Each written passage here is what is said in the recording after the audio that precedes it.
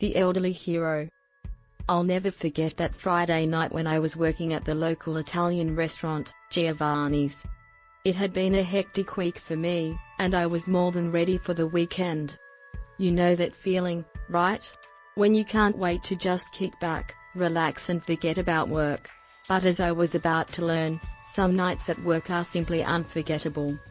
The restaurant was bustling, filled with the usual mix of couples, friends, and families. It was one of those nights when I had to navigate between tables, balancing plates of hot pasta and glasses of wine on my tray, and dealing with the occasional difficult customer. But nothing could have prepared me for the encounter I was about to have. He walked in, dressed in a sharp suit, with a smug expression plastered across his face. Right away, I could sense that this guy was trouble. I greeted him with a smile and led him to his table. As I handed him the menu, he barely looked at it before barking his order. "I want the fettuccine alfredo, but make sure it's gluten-free. And I want it fast." As I rushed to place his order, I couldn't help but feel that familiar knot of tension in my stomach. My stress levels were rising, and I knew that dealing with him wasn't going to be easy. But I was determined to keep my cool and get through the evening.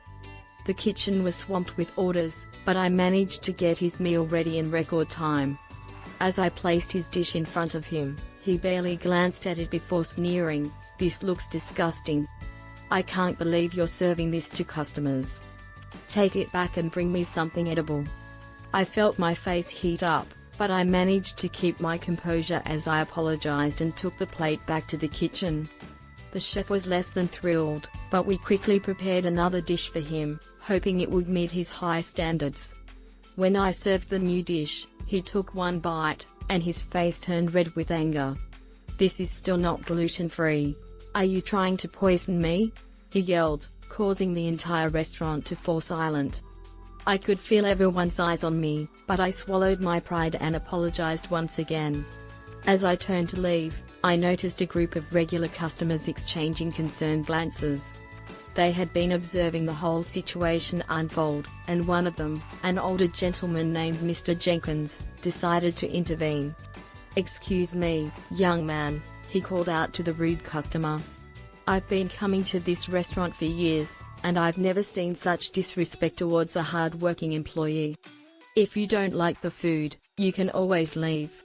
The rude customer seemed taken aback by Mr. Jenkins' words, and for a moment, I thought he would leave. But instead, he clenched his fists and snapped, "Mind your own business, old man." That's when it happened. The unexpected twist that changed the course of events. Mr. Jenkins stood up, his face red with anger, and pointed towards the door. "Get out of this restaurant. We don't need people like you ruining the experience for the rest of us." The room was silent, and for a moment, the rude customer seemed to weigh his options.